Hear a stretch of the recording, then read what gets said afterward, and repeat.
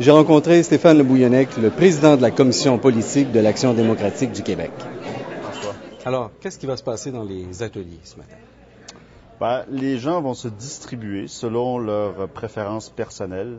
On sait que les ateliers, il y en a 4, donc nous avons 4 sous-thèmes sous le grand chapeau de l'économie. De l'économie. Alors, concrètement, ça veut dire quoi?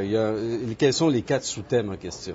Alors, le principal, le plat de résistance, si on veut, il touche la démographie. Investir dans une politique démographique audacieuse, c'est le titre de l'atelier. Le deuxième, c'est investir dans nos entreprises. Donc, on parle de question de financement, nos entreprises, l'entrepreneuriat. Troisième atelier important, c'est investir dans notre capital humain et dans nos talents. Donc, développement de la main-d'œuvre, valorisation du travail au niveau personnel, réalisation, responsabilité. Et le quatrième atelier, qui est un peu aussi le dada de la DQ depuis la nuit des temps, si on veut, les finances publiques, donc des finances publiques en santé, où on joue beaucoup sur les questions de transparence et de concurrence, c'est-à-dire de faire en sorte que le public devienne de plus en plus efficace. Ils ont en main un cahier du participant, c'est plus d'une centaine de pages. Ils vont trouver là quoi? Des graphiques, de l'information? Oui, la structure est importante. C'est bien, François, que tu en glisses un mot, parce que c'est une structure de planification stratégique standard qui existe aussi depuis très longtemps. Depuis que les gens se sont mis à penser puis à avoir une rigueur intellectuelle, ça a toujours été diagnostic d'abord, grandes orientations en second lieu, plan d'action en troisième lieu.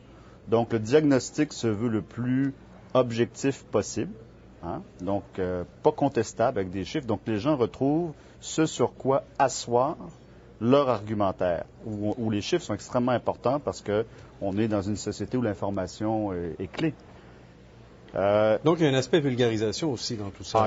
Énorme, parce qu'on veut des chiffres, surtout en économie, c'est compliqué, mais on l'a vulgarisé, on l'a synthétisé. Les grandes orientations, c'est 2 pages, mais c'est la pensée adéquiste à sa plus simple expression.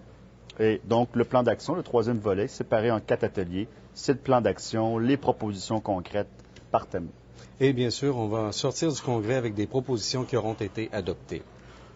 Le plus possible. On a tellement mis de cœur là-dedans, on n'en a que 29. On s'est dit, là, il faut leur donner une chance de bien les réfléchir, de bien les travailler. On n'en fera pas 350, 29. Et je souhaite, comme président de la commission politique, évidemment qu'elles soient toutes adoptées.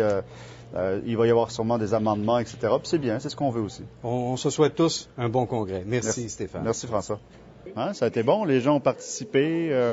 Plusieurs amendements, plusieurs questions. Les gens sont intéressés.